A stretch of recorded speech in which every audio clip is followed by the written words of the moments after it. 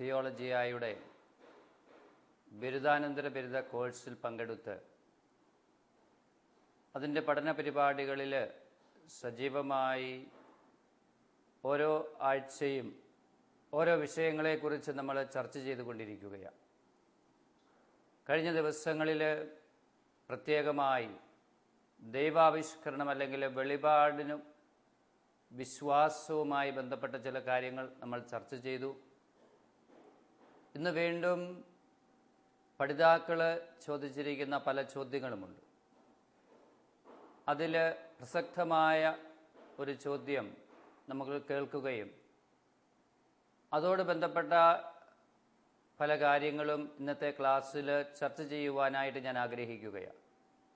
ആ ചോദ്യം നമുക്കിപ്പോൾ ശ്രമിക്കാം. എൻ്റെ പേര് ജോസ്. ഞാൻ താമരശ്ശേരി രൂപതയിലെ ദേവഗിരി ഇടവാംഗമാണ്. ബൈബിളിലെ വെളിപാടിൻ്റെ പുസ്തകത്തെക്കുറിച്ചാണല്ലോ നമ്മൾ ചർച്ച ചെയ്തുകൊണ്ടിരിക്കുന്നത്. വെളിപാടിൻ്റെ പുസ്തകം ഉൾപ്പെടുത്തിയതിൻ്റെ ആവശ്യകതയെക്കുറിച്ചും ലക്ഷ്യത്തെയും കുറിച്ച് ഒന്ന് പറഞ്ഞു തരാമോ? വെളിപാടിൻ്റെ പുസ്തകത്തിൽ ഉൾപ്പെട്ടിരിക്കുന്ന കാര്യങ്ങളെക്കുറിച്ച് ഒന്ന് വിശദമായി പറഞ്ഞു തരാമോ?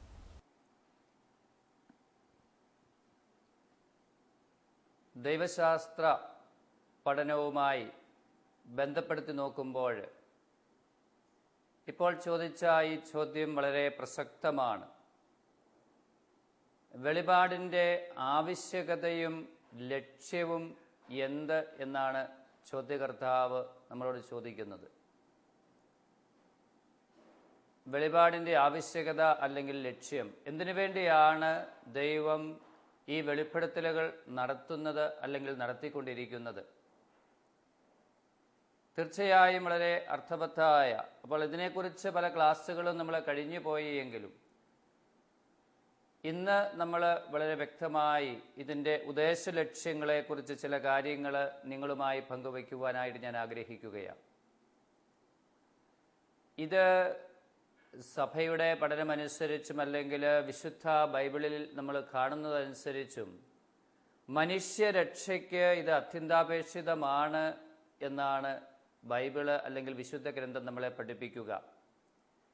തൻ്റെ സഹവർത്തിത്വത്തിലേക്ക് മനുഷ്യരെ നയിക്കുവാൻ എന്ന് പറഞ്ഞാൽ ദൈവം പിതാവും പുത്രനും പരിശുദ്ധാത്മാവുമായ ദൈവം ഒന്നിച്ച് വസിക്കുന്നു. അവരുടെ ആ സ്നേഹ കൂട്ടായ്മയിലേക്ക് എല്ലാ മനുഷ്യരെയും എത്തിക്കുക എന്നുള്ള ആ വലിയ ലക്ഷ്യം, ആ ഒരു വലിയ ലക്ഷ്യമാണ് ദൈവത്തിന് ഈ വെളിപ്പെടുത്തലുകൾ കൊണ്ട് ഉള്ളത് എന്നാണ് ഇവിടെ നമ്മൾ കാണുക. അത് മനുഷ്യരക്ഷയ്ക്ക് ആവശ്യമാണ്. മനുഷ്യന് ദൈവം ഈ കാര്യങ്ങൾ വെളിപ്പെടുത്തി കൊടുത്തെങ്കിൽ മാത്രമേ ഇതവൻ അറിയുവാനും സ്വീകരിക്കുവാനും വിശ്വസിക്കുവാനും അതിലൂടെ രക്ഷ പ്രാപിക്കുവാനും സാധിക്കുകയുള്ളൂ. അതാണ് ഈ വെളിപ്പെടുത്തലുകളുടെ അല്ലെങ്കിൽ വെളിപാടിൻ്റെ പ്രാധാന്യം എന്ന് പറയുന്നത്. നമുക്കറിയാം, ഈ വെളിപാടുകൾ നമുക്ക് ലഭിച്ചു കഴിയുമ്പോൾ മനുഷ്യർക്ക്, ക്രിസ്ത്യാനികൾക്ക് മാത്രമുള്ളതല്ല വെളിപാട് എന്ന് ഞാൻ കഴിഞ്ഞ ക്ലാസ്സുകളിൽ പറഞ്ഞിട്ടുണ്ട്. അത് സർവ്വ മനുഷ്യർക്കും വേണ്ടി നൽകപ്പെട്ടിരിക്കുന്നതാണ്. അപ്പോൾ എപ്രകാരം മനുഷ്യൻ ജീവിച്ചാൽ അല്ലെങ്കിൽ ഈ ലോകത്തിൽ മനുഷ്യൻ എപ്രകാരം ജീവിക്കണം, അങ്ങനെ ജീവിച്ചു കഴിഞ്ഞാൽ അവന് നിത്യസൗഭാഗ്യം അല്ലെങ്കിൽ ദൈവത്തിലേക്ക് എത്തിച്ചേരാനായിട്ട് പറ്റും, സ്വർഗത്തിലേക്ക് എത്തുക എന്ന് എല്ലാ മതങ്ങളിലും ഈ ഒരു ചിന്തയുള്ളതാണ്. തീർച്ചയായും ഈ ഒരു യാഥാർത്ഥ്യത്തിനു വേണ്ടിയാണ് എല്ലാ മതങ്ങളും അവയുടെ പഠനങ്ങളും അവയുടെ ദൈവശാസ്ത്രപരമായ പഠനങ്ങളും അതോടൊപ്പം തന്നെ ആരാധനാക്രമം അല്ലെങ്കിൽ അവരുടെ ബലിയർപ്പണങ്ങളും ഭക്തകൃത്യങ്ങളും എല്ലാം ചെയ്യുന്നത് ഈ ഒരു ലക്ഷ്യത്തിനു വേണ്ടിയാണ്, ദൈവത്തിൽ എത്തിച്ചേരുക എന്നുള്ളത്. അപ്പോൾ ആ ദൈവത്തിൽ എത്തിച്ചേരുമ്പോൾ അവിടെ വലിയ സമാധാനം, സന്തോഷം ഇതെല്ലാം മനുഷ്യന് അനുഭവിക്കുവാനായിട്ട് സാധിക്കും.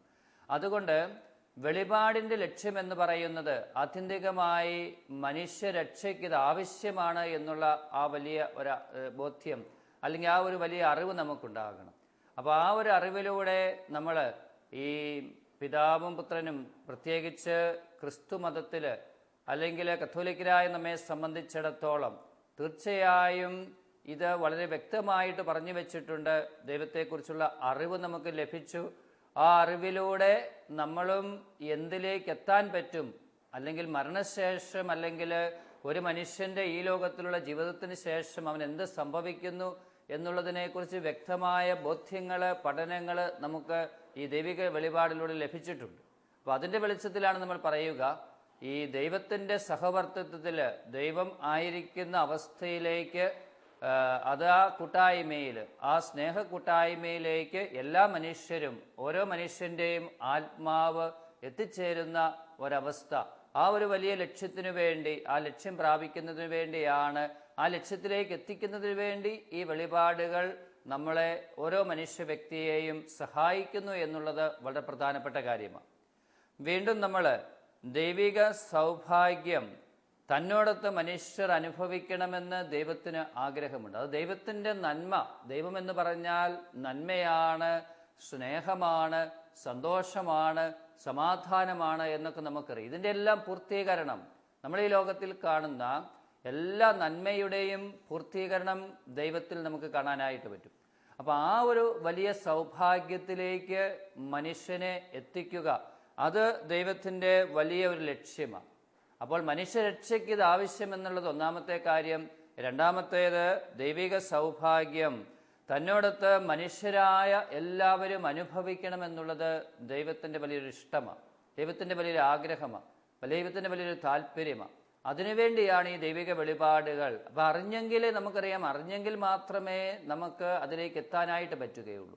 നമ്മൾ ചിലപ്പോൾ ഒരു ഉദാഹരണം പറഞ്ഞാൽ, എവിടെയെങ്കിലും നമ്മൾ പോകുന്നു, ഒരു തീർത്ഥാടന കേന്ദ്രത്തിൽ നമ്മൾ ചിലപ്പോൾ പോകും, അല്ലെങ്കിൽ ഒരു വളരെ നല്ല മനോഹരമായ ഒരു ചില സ്ഥലങ്ങളിൽ, ചില മലകളിൽ, അല്ലെങ്കിൽ കടൽ തീരങ്ങളിൽ, അല്ലെങ്കിൽ എല്ലാവർക്കും ഇഷ്ടപ്പെടുന്ന ചില ടൂറിസ്റ്റ് കേന്ദ്രങ്ങളുണ്ട്.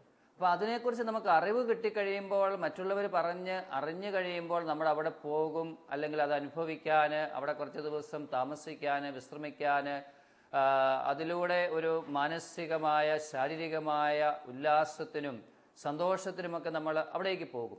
അപ്പോൾ അത് അറിഞ്ഞെങ്കിലേ പോകാൻ പറ്റുകയുള്ളൂ. അപ്പോൾ അങ്ങനെയുള്ള ഒത്തിരി അറിവുകൾ, ഇൻഫർമേഷൻസ് നമുക്കിന്ന് ടി വിയിലൂടെയും പത്രങ്ങളിലൂടെയും മാധ്യമങ്ങളിലൂടെയും മറ്റു വ്യക്തികളിലൂടെയും ഒക്കെ നമുക്ക് ലഭിക്കുന്നു. അപ്പോൾ ആ അറിവാണ് നമ്മളെ അവിടേക്ക് എത്തിക്കുക. അല്ലെങ്കിൽ ഏതൊരു കാര്യത്തെക്കുറിച്ചും നമുക്ക് അറിവുണ്ടെങ്കിലേ അതിനെ നമുക്ക് മനസ്സിലാക്കാനും അതിനെ സ്വീകരിക്കാനും അവിടേക്ക് എത്താനും പറ്റുകയുള്ളൂ. അപ്പം ദൈവം സ്വയം നമുക്ക് വെളിപ്പെടുത്തി തന്നെങ്കിലേ മനുഷ്യരായ നമ്മളെ സംബന്ധിച്ചിടത്തോളം ഈ ഒരു യാഥാർത്ഥ്യത്തിലേക്ക് എത്താൻ പറ്റുകയുള്ളൂ. ഈ നിത്യസൗഭാഗ്യം, അല്ലെങ്കിൽ സന്തോഷം, അല്ലെങ്കിൽ ദൈവത്തിലെത്തി നിത്യമായ സന്തോഷത്തിൽ, സമാധാനത്തിൽ ജീവിക്കുന്ന ഒരവസ്ഥ, അത് ദൈവം നമുക്ക് വെളിപ്പെടുത്തി തരണം. ഇപ്പം രണ്ടാം വത്തിക്കാൻ കൗൺസില് അതിൻ്റെ ദൈവാവിഷ്കരണത്തെക്കുറിച്ചുള്ള പ്രമാണരേഖയിൽ 6-ാമത്തെ നമ്പറിൽ വളരെ വ്യക്തമായിട്ട് പറയുന്നുണ്ട്. ഒന്നാമത് പറഞ്ഞിരിക്കുക, ദൈവം തന്നെ തന്നെ വെളിപ്പെടുത്തുന്നു എന്നുള്ള വലിയ യാഥാർത്ഥ്യം. ഈ വെളിപാടിൻ്റെ ലക്ഷ്യത്തെക്കുറിച്ച് ഇവിടെ പറഞ്ഞിരിക്കുക, ദൈവം സ്വയം വെളിപ്പെടുത്തുകയാണ്. അതിന് പ്രത്യേകിച്ച് കാരണമൊന്നുമില്ല. ദൈവം സ്വയം തന്നെ തന്നെ മനുഷ്യന് വെളിപ്പെടുത്തി കൊടുക്കുകയാണ്. അപ്പോൾ അത് ഈ ഇതിൻ്റെ ദൈവാവിഷ്കരണത്തിൻ്റെ 6-ാം നമ്പറിൽ നമുക്ക് വായിക്കുവാനായിട്ട് പറ്റും. സൗഭാഗ്യം തന്നോടത്ത് മനുഷ്യർ അനുഭവിക്കാൻ വേണ്ടി ദൈവം സ്വയം വെളിപ്പെടുത്തി കൊടുക്കുന്നു എന്നുള്ളത്. രണ്ടാമത് പറഞ്ഞിരിക്കുന്ന ഒരു കാര്യം, മനുഷ്യരക്ഷയെക്കുറിച്ചുള്ള ഈ തീരുമാനങ്ങൾ മനുഷ്യൻ എടുക്കണമെങ്കിൽ ദൈവം സ്വയം വെളിപ്പെടുത്തുമ്പോൾ അത് സ്വീകരിക്കാനും ആ തീരുമാനം എടുത്ത് രക്ഷയ്ക്കായി, നമുക്കറിയാം അറിഞ്ഞെങ്കിലും എല്ലാവരും രക്ഷിക്കപ്പെടുമെന്ന് നമുക്ക് ഉറപ്പില്ല. അപ്പോൾ സ്വീകരിക്കുന്നവരും സ്വീകരിക്കാത്തവരുമുണ്ട്. ഈ ദൈവിക രഹസ്യങ്ങളെക്കുറിച്ചുള്ള വലിയ അറിവുകൾ നമുക്ക് ലഭിച്ചു കഴിയുമ്പോൾ അത് ജീവിതത്തിൽ സ്വീകരിച്ച് മുൻപോട്ട് പോകുന്നവരും അതിനെ തള്ളിക്കളയുന്ന വ്യക്തികളുമുണ്ട് എന്നുള്ളത് യാഥാർത്ഥ്യമാണ്. അതിവിടെ റോമാക്കാർക്ക് എഴുതിയ ലേഖനത്തിൽ അതിൻ്റെ 1-ാം അധ്യായത്തിൽ നമ്മൾ അടുത്ത ഭാഗത്ത് ഞാനതിവിടെ വായിക്കുന്നതാണ്. അപ്പോൾ അത് മനുഷ്യബുദ്ധിയുടെ പ്രകാശം വഴി എല്ലാ വസ്തുക്കളുടെയും ആരംഭവും അവസാനവുമായ ദൈവത്തെ സൃഷ്ടവസ്തുക്കളിൽ നിന്ന് അസംദിഗ്ധമായി അറിയുവാൻ കഴിയും എന്ന് ഈ റോമാക്കാർക്ക് എഴുതിയ ലേഖനം 1-ാം അധ്യായം 20-ാം വാക്യത്തിൽ പറഞ്ഞു വെച്ചിട്ടുണ്ട്. അതിവിടെ ഈ ദൈവാവിഷ്കരണത്തിൻ്റെ 6-ാം നമ്പറിൽ അത് എടുത്തു പറഞ്ഞ് വളരെ വ്യക്തമായിട്ട് വിശദീകരിക്കുന്നു. ബുദ്ധിയുടെ പ്രകാശം വഴി എല്ലാ വസ്തുക്കളുടെയും ആരംഭവും അവസാനമായ ദൈവത്തെ സൃഷ്ടവസ്തുക്കളിൽ നിന്ന് മനുഷ്യന് അറിയാനായിട്ട് സാധിക്കും. അപ്പം എങ്ങനെ ദൈവത്തെക്കുറിച്ചുള്ള അറിവ് കിട്ടുന്നു എന്നുള്ളതിൻ്റെ തത്വശാസ്ത്രപരമായും ദൈവശാസ്ത്രപരമായും ഉള്ളൊരു ഉത്തരമാണ്. ഇതെങ്ങനെ മനുഷ്യന് കിട്ടും? ചിലർ പറയും, നമുക്കറിയാം ഇന്ന് നമ്മൾ ലോകത്തിൽ ജീവിക്കുമ്പോൾ ദൈവവിശ്വാസമുള്ളവരും ഇല്ലാത്തവരുമുണ്ട്. ഈ ദൈവവിശ്വാസമില്ലാത്ത ആളുകൾ, അല്ലെങ്കിൽ ദൈവമില്ല എന്ന് പറയുന്ന ആളുകൾ പറയുന്ന ചില ഒരു ന്യായീകരണമാണ്, മനുഷ്യന് ദൈവത്തെക്കുറിച്ച് അറിയാൻ പറ്റുകയില്ല.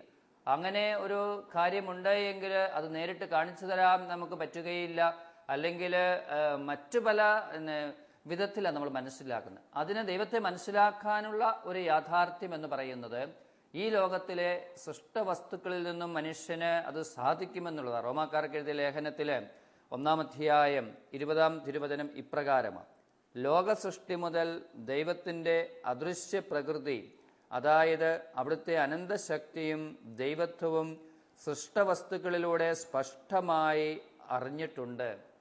അപ്പോൾ ആ സൃഷ്ടവസ്തുക്കൾ, ഈ ലോകത്തിൽ കാണുന്ന ഓരോ വസ്തുവിലൂടെയും, അത് മനുഷ്യനാകട്ടെ, മൃഗങ്ങളാകട്ടെ, പ്രകൃതിയിലെ നമ്മൾ കാണുന്ന ചെടികളും വൃക്ഷങ്ങളും, അല്ലെങ്കിൽ പ്രകൃതിയിലെ ഓരോ കടലും പുഴകളും നദികളും മലകളും മനോഹരമായ പൂന്തോട്ടങ്ങളും, ഇങ്ങനെ കാണുന്ന ഒത്തിരിയേറെ ജീവനുള്ള അല്ലെങ്കിൽ ജീവനില്ലാത്ത യാഥാർത്ഥ്യങ്ങളുണ്ട്.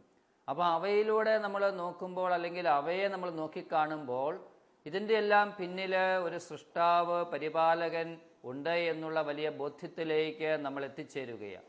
അതിവിടെ ഈ ദൈവാവിഷ്കരണത്തിൻ്റെ ഈ 6-ാം നമ്പറിൽ വ്യക്തമായിട്ട് പറഞ്ഞു വെച്ചിരിക്കുകയാണ്.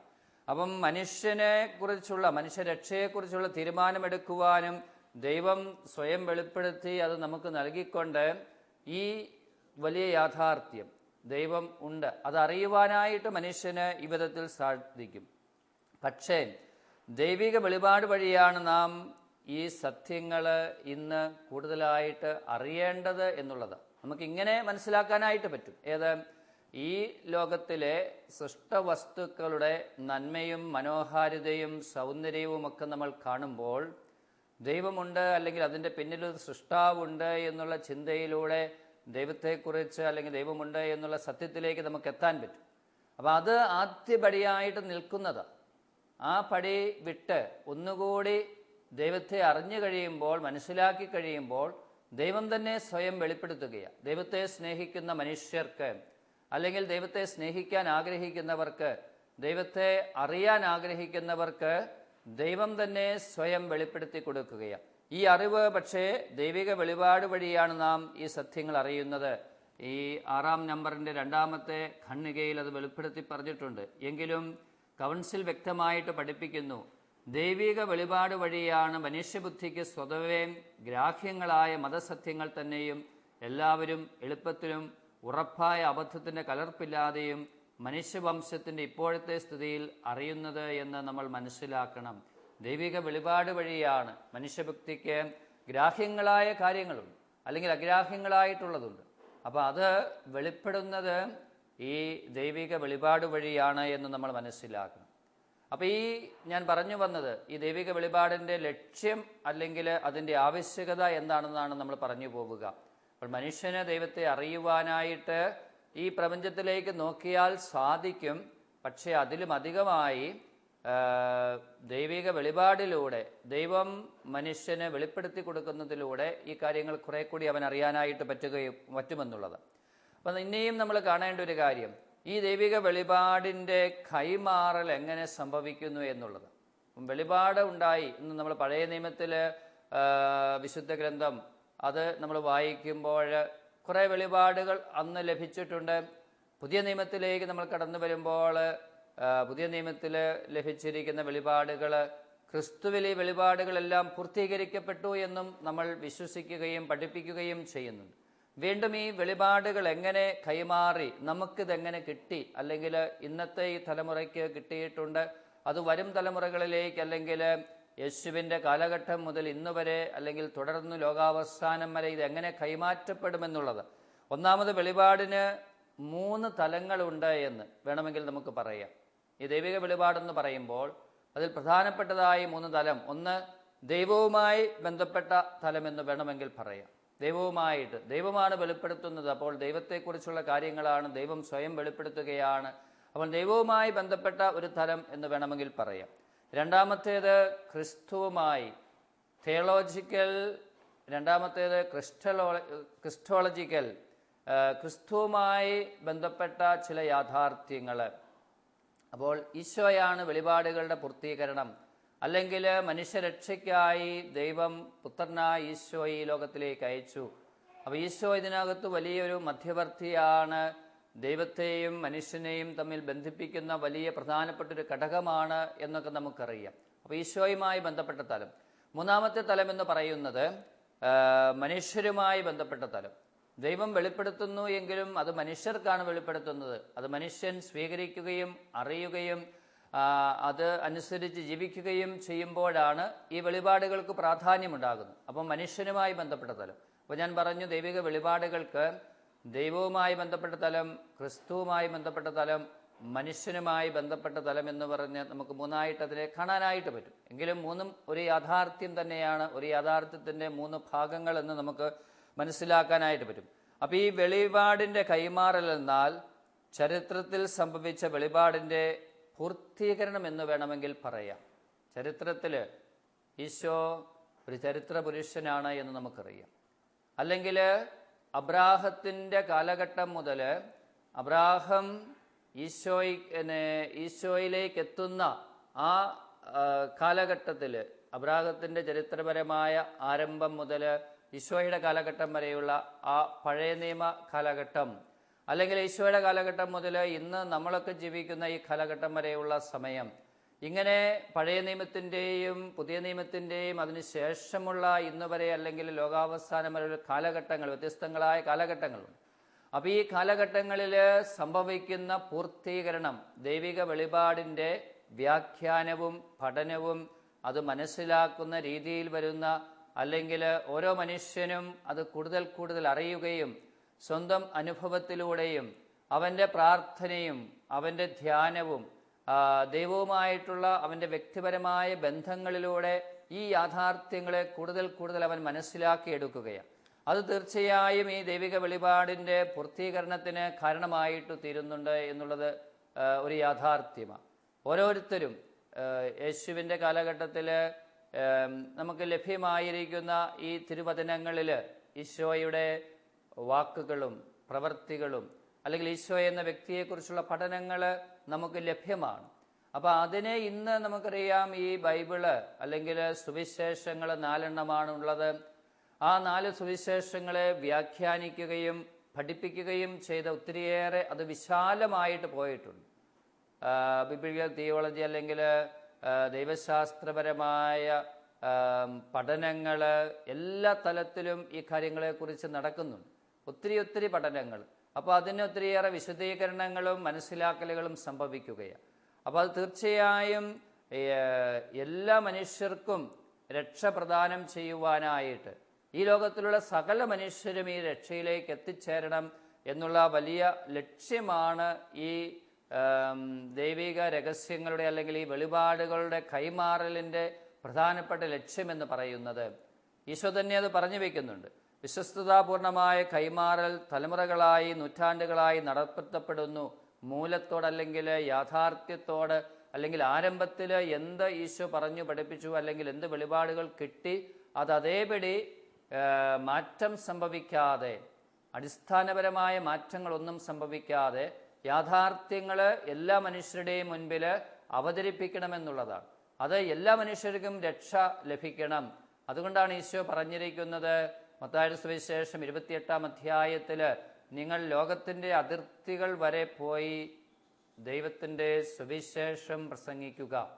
എല്ലാ മനുഷ്യർക്കും, ക്രിസ്ത്യാനികൾക്ക് മാത്രമുള്ളതല്ല, ദൈവത്തിൻ്റെ പ്ലാനിലും പദ്ധതിയിലും സകല മനുഷ്യരും, ഈ ലോകത്തിൽ ജനിച്ചിരിക്കുന്ന എല്ലാവരും ദൈവത്തിൻ്റെ മക്കളാണ്. അതുകൊണ്ട് അവരെല്ലാവരും ഈ രക്ഷയെക്കുറിച്ചുള്ള ദൈവിക പദ്ധതിയെ അറിയുകയും അതിൽ വിശ്വസിക്കുകയും അത് നേടിയെടുക്കുകയും ചെയ്യണമെന്നുള്ളത് വളരെ വലിയ യാഥാർത്ഥ്യമാണ്. അപ്പോൾ നമുക്കറിയാം, യേശുവിലൂടെ, അത് ഈശോയെക്കുറിച്ച് പറയുമ്പോൾ ഈശോയുടെ ജീവിതവും പഠനവും മാത്രമല്ല, ഈശോ എന്നുള്ള വ്യക്തി വളരെ പ്രധാനപ്പെട്ടതാണ് എന്ന് ദൈവശാസ്ത്രജ്ഞന്മാർ പറഞ്ഞു വച്ചിട്ടുണ്ട്. അപ്പോൾ ഈശോയുടെ പഠനങ്ങളുണ്ട്, ഈശോയുടെ ജീവിതമുണ്ട്. അതിനെക്കുറിച്ച് നമുക്ക് അറിവ് സുവിശേഷങ്ങളിലൂടെ നമുക്ക് ലഭ്യമാണ്. അപ്പോൾ അതിലും അധികമായി ഈശോ എന്ന വ്യക്തി, ഇന്നും നമ്മളോടൊപ്പം ജീവിക്കുന്ന ഈശോ എന്നുള്ള വ്യക്തി വളരെ പ്രധാനപ്പെട്ടത്. 2000 വർഷം മുൻപ് മനുഷ്യനായി ഈ ലോകത്തിൽ അവതരിച്ച ഈശോ ഇന്നും നമ്മളോടൊപ്പം ദിവ്യകാരുണ്യത്തിൽ ജീവിക്കുന്നു, അല്ലെങ്കിൽ നമ്മളുടെ ഉള്ളിൻ്റെ ഉള്ളിൽ നമ്മളായിരിക്കുന്ന ഈ ലോകം മുഴുവനിലും ഈ ഈശോയുടെ സജീവ സാന്നിധ്യമുണ്ട് എന്നുള്ളത്, ആ ഈശോ എന്നുള്ള വ്യക്തി വളരെ പ്രധാനപ്പെട്ടതാണ്. അപ്പോൾ ഈശോയെക്കുറിച്ചുള്ള 2000 വർഷം മുൻപുള്ള പഠനമല്ല, അല്ലെങ്കിൽ ഈശോ ജീവിച്ച കാലഘട്ടത്തിലെ ചില കാര്യങ്ങൾ, ഹിസ്റ്റോറിക്കലായിട്ടുള്ള ചില കാര്യങ്ങൾ എടുക്കുകയും പഠിക്കുകയും അല്ല നമ്മൾ ചെയ്യുന്നത്. പക്ഷേ അതിലും അധികമായി ഇന്നും നമ്മളോടൊപ്പം ജീവിക്കുന്ന ഈശോയെ, അല്ലെങ്കിൽ എന്നും ജീവിക്കുന്നവനായ ഈശോയെയാണ് നമ്മൾ പഠിക്കുന്നത്. അപ്പോൾ ഈശോയിലൂടെ ഈ വെളിപ്പെടുത്തൽ, അല്ലെങ്കിൽ നമുക്കിത് ലഭ്യമാകുന്നുണ്ട്. യേശുവിൻ്റെ വാക്കുകൾ സുവിശേഷങ്ങളായി നമുക്ക് വിശുദ്ധ ബൈബിളിൽ നമുക്ക് ലഭ്യമാണ്. ആ പഠനങ്ങളെ, അല്ലെങ്കിൽ ഈശോയുടെ ജീവിതത്തെ വ്യാഖ്യാനിച്ച്, അല്ലെങ്കിൽ അതിനെ പൂർത്തീകരിച്ച് തരുന്നത് ഈശോ എന്ന വ്യക്തിയുമായിട്ടുള്ള വ്യക്തിബന്ധത്തിലൂടെയും ഇന്ന് ജീവിക്കുന്ന മനുഷ്യർക്കും അത് ലഭ്യമാണെന്നുള്ളതാണ്. 2000 വർഷം മുൻപ് ജീവിച്ച അപ്പസ്തോലന്മാർ, അല്ലെങ്കിൽ ഈശോയുടെ 12 ശിഷ്യന്മാർ, അവർക്ക് മാത്രമല്ല ഇത് അനുഭവിക്കാനും കേൾക്കുവാനും മനസ്സിലാക്കുവാനും സ്വീകരിക്കുവാനും പറ്റുന്നത്. ഇന്നും അത് ജീവിക്കുന്നവനായ ദൈവത്തെ മുൻപിൽ കണ്ടുകൊണ്ട് അത് ജീവിതത്തിൻ്റെ ഭാഗമാക്കിക്കൊണ്ട് നമുക്ക് മുൻപോട്ട് പോകാനായിട്ട് പറ്റും. അപ്പോൾ അത് ഈശോയിലൂടെ ഈ വെളിപാട് അല്ലെങ്കിൽ വെളിപാടിൻ്റെ കൈമാറൽ വളരെ ഭംഗിയായി ഒത്തിരിയേറെ നടത്തപ്പെടുന്നുണ്ട് എന്നുള്ളത് വളരെ വലിയ യാഥാർത്ഥ്യമാണ്. വീണ്ടും അപ്പസ്തോലന്മാരിലൂടെയും ഈ കൈമാറൽ നടത്തപ്പെട്ടിട്ടുണ്ട് എന്നുള്ളത് വളരെ വലിയ യാഥാർത്ഥ്യമാണ്. അപ്പോൾ തീർച്ചയായും അപ്പസ്തോലന്മാർ അവരുടെ ജീവിത കാലഘട്ടത്തിൽ തീർച്ചയായും ഈ കാര്യങ്ങൾ നേരിട്ട് മനസ്സിലാക്കിയവരാ. അവരത് കൈമാറ്റം ചെയ്തിട്ടുണ്ട്, അവരുടെ അടുത്ത തലമുറയ്ക്ക് തീർച്ചയായും അത് നൽകിയിട്ടുണ്ട്. അപ്പസ്തോലന്മാരാണ് ഈശോയുടെ ഈ പഠനങ്ങൾ, അല്ലെങ്കിൽ പഴയ നിയമത്തിൻ്റെ തുടർച്ചയായി അതിൻ്റെ പൂർത്തീകരണമായി ഈ ലോകത്തിലേക്ക് വന്ന യേശുവിൻ്റെ പഠനങ്ങൾ മറ്റുള്ളവർക്കായി, അല്ലെങ്കിൽ ലോകം മുഴുവൻ കൊണ്ടുചെന്ന് കൊടുത്തത് എന്ന് നമുക്കറിയാം. കേരളത്തിൽ തോമാസ് ശ്ലീഹ വന്നതും, അല്ലെങ്കിൽ യൂറോപ്പിൽ പ്രത്യേകിച്ച് ഇറ്റലി, റോമിൽ പത്രോസ് ശ്ലീഹായും പൗലോസ് ശ്ലീഹ ലോകത്തിൻ്റെ മറ്റൊത്തിരിയേറെ ഭാഗങ്ങളിലെല്ലാം യാത്ര ചെയ്ത്, കടലിലൂടെയും കരയിലൂടെയും യാത്ര ചെയ്ത ഈ യാഥാർത്ഥ്യങ്ങൾ എല്ലാവരിലേക്കും എത്തിച്ചിട്ടുണ്ട്. അവരിലൂടെ കൈമാറ്റം ചെയ്യപ്പെട്ടു. മൂന്നാമതായി അപ്പസ്തോലന്മാർ വാമൊഴിയായും ആരാധനാക്രമത്തിലൂടെ, അല്ലെങ്കിൽ പ്രാർത്ഥനയിലൂടെയും അതോടൊപ്പം തന്നെ ലിഖിത രൂപത്തിലും ഈ യാഥാർത്ഥ്യങ്ങൾ, ഈ ദൈവിക വെളിപാടുകൾ കൈമാറി എന്ന് നമുക്ക് മനസ്സിലാക്കാനായിട്ട് പറ്റും. അവരുടെ വാക്കുകളിലൂടെ അന്നത്തെ ആദ്യ കാലഘട്ടങ്ങളിൽ, യേശുവിൻ്റെ കാലത്തിന് ശേഷമുള്ള ആദിമസഭയുടെ കാലഘട്ടത്തിൽ തീർച്ചയായും ഇതുപോലെയുള്ള എഴുത്ത് സംവിധാനങ്ങൾ, അല്ലെങ്കിൽ പ്രിൻറ്റിങ്ങിൻ്റേതായിട്ടുള്ള ഡെവലപ്മെൻറ്റുകളോ, അല്ലെങ്കിൽ ഇന്നത്തെ നമ്മളുടെ കമ്പ്യൂട്ടർ രീതികളോ ഒന്നും ഇല്ലാതിരുന്നത് കൊണ്ട് വാമൊഴിയായിട്ടാണ് ഒത്തിരിയേറെ കാര്യങ്ങൾ പറഞ്ഞു വച്ചിരുന്നത്. അപ്പോൾ ആ വിധത്തിൽ കൈമാറ്റം ചെയ്യപ്പെട്ടു. രണ്ടാമത് അവരുടെ പ്രാർത്ഥനയും അതിനോട് ബന്ധപ്പെട്ട ആത്മീയ കാര്യങ്ങളും, ലിറ്റർജി എന്ന് വേണമെങ്കിൽ പറയാം, അന്നത്തെ ആ രീതിയിലുള്ള അവരുടെ വിശ്വാസപരമായ ഭക്തിപരമായ കാര്യങ്ങളിലൂടെ ഒത്തിരിയേറെ ഈ യാഥാർത്ഥ്യങ്ങൾ അടുത്ത തലമുറയിലേക്ക്, അറിയാത്ത മനുഷ്യരിലേക്ക് കൈമാറ്റം ചെയ്യപ്പെട്ടിട്ടുണ്ട്. അതിലുമധികമായി ഇവരിത് എഴുതി വെച്ച് ചെറിയ ബുക്കുകളായി, നമുക്കറിയാം അപ്പസ്തോലന്മാരുടെ സുവിശേഷങ്ങൾ എഴുതിയത് ഈശോയുടെ ശിഷ്യന്മാരാണ്. അതോടൊപ്പം തന്നെ അവർ തന്നെ എഴുതിയ ലേഖനങ്ങളും ഒക്കെ നമുക്കിന്ന് ലഭ്യമാണ്. അതും അതിൻ്റെ കൈമാറ്റത്തിൻ്റെ ഒരു ഭാഗമാണ് എന്ന് വേണമെങ്കിൽ പറയാം. കൂടാതെ ഈ കൈമാറ്റത്തിന് വേണ്ടി അപ്പസ്തോലന്മാർ, അല്ലെങ്കിൽ ശിഷ്യന്മാർ, അവർക്ക് കഴിയാതെ വന്നപ്പോൾ ഒത്തിരിയേറെ ആളുകൾ സഭയിലേക്ക് വന്നു. സഭ വളർന്നു വികസിച്ചപ്പോൾ മെത്രാന്മാരെ അവരുടെ പിൻഗാമികളാക്കി സഭയിൽ ഉയർത്തി അതിൻ്റെ ഉത്തരവാദിത്വം ഏൽപ്പിക്കുകയാണ്. ഈ കൈമാറ്റത്തിൻ്റെ ഉത്തരവാദിത്വം, അല്ലെങ്കിൽ ഈ ദൈവിക വെളിപാടിൻ്റെ വ്യാഖ്യാനം നൽകാനുള്ള ആധികാരികമായ അധികാരം നൽകപ്പെട്ടിരിക്കുന്നത് ഈ മെത്രാന്മാരെയാണ് ശിഷ്യന്മാരുടെ പിൻഗാമികളായി ഏൽപ്പിച്ചിരിക്കുന്നത് എന്നുള്ളതും നമുക്കറിയാവുന്ന കാര്യമാണ്. അതോടൊപ്പം തന്നെ ദൈവത്തെക്കുറിച്ച് എഴുതപ്പെടുന്നതുമായ കാര്യങ്ങൾ നമുക്ക് വെളിവാക്കപ്പെട്ടിരിക്കുന്നു. സഭ ഇതിനെ ധ്യാനിക്കുകയും വിശ്വസ്തമായി പരിരക്ഷിക്കുകയും ചെയ്യുന്നു. അപ്പോൾ എഴുതപ്പെട്ടത്, അല്ലെങ്കിൽ എഴുതപ്പെട്ടുകൊണ്ടിരിക്കുന്ന, അല്ലെങ്കിൽ ദൈവം ആഗ്രഹിച്ച കാര്യങ്ങളെല്ലാം നമുക്ക് നൽകപ്പെട്ടിട്ടുണ്ട്. ഈ നൽകപ്പെട്ടിരിക്കുന്നത് തീർച്ചയായും സഭ ആദിമ നൂറ്റാണ്ട് മുതൽ ഇന്ന് വരെ അതിനെ പരിരക്ഷിച്ച് മുൻപോട്ട് പോവുകയാണ്. ഒന്നും നഷ്ടപ്പെടാതെ ആരും കളയാതെ ഇതിനെ സൂക്ഷിച്ചു കൊണ്ടുപോകുന്നു എന്നുള്ളതും വളരെ വലിയ യാഥാർത്ഥ്യമാണ്. അതുകൊണ്ടാണ് സഭ പലപ്പോഴും ഇതിനുവേണ്ടി ഒത്തിരിയേറെ പരിശ്രമിക്കുന്നത്. ചില മാറ്റങ്ങൾ അംഗീകരിക്കാത്തത് അല്ലെങ്കിൽ വിപ്ലവാത്മകമായ ആശയങ്ങൾ ചിലർ പറയുമ്പോൾ അതിനെ തള്ളിക്കളയുകയും നേരായതും ശരിയായതും സ്വീകരിച്ച് മുൻപോട്ട് കൊണ്ടുപോവുകയും ചെയ്യുന്നത്.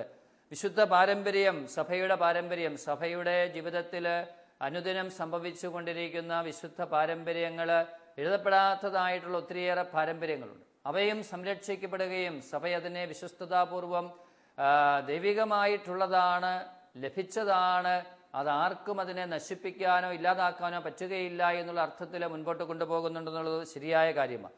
ഈ വിശുദ്ധ പാരമ്പര്യം വളരെ പ്രധാനപ്പെട്ടതാണ്. അത് സഭയുടെ ജീവിതത്തിൽ സംഭവിക്കുന്ന, അനുദിന ജീവിതത്തിൽ സംഭവിക്കുന്ന യാഥാർത്ഥ്യങ്ങൾ, അല്ലെങ്കിൽ സഭയുടെ വിശ്വാസ സത്യങ്ങൾ, അതോടൊപ്പം തന്നെ കൗദാശികമായ കാര്യങ്ങൾ, അതോടൊപ്പം തന്നെ വിശുദ്ധരുടെ ജീവിതത്തിലും അല്ലെങ്കിൽ സഭയുടെ അംഗങ്ങളുടെ വിശുദ്ധ ജീവിതത്തിൽ വെളിവാക്കപ്പെട്ട ചില യാഥാർത്ഥ്യങ്ങൾ, ഇവയെല്ലാം നമുക്ക് ഇതിൻ്റെ ഭാഗമായിട്ട്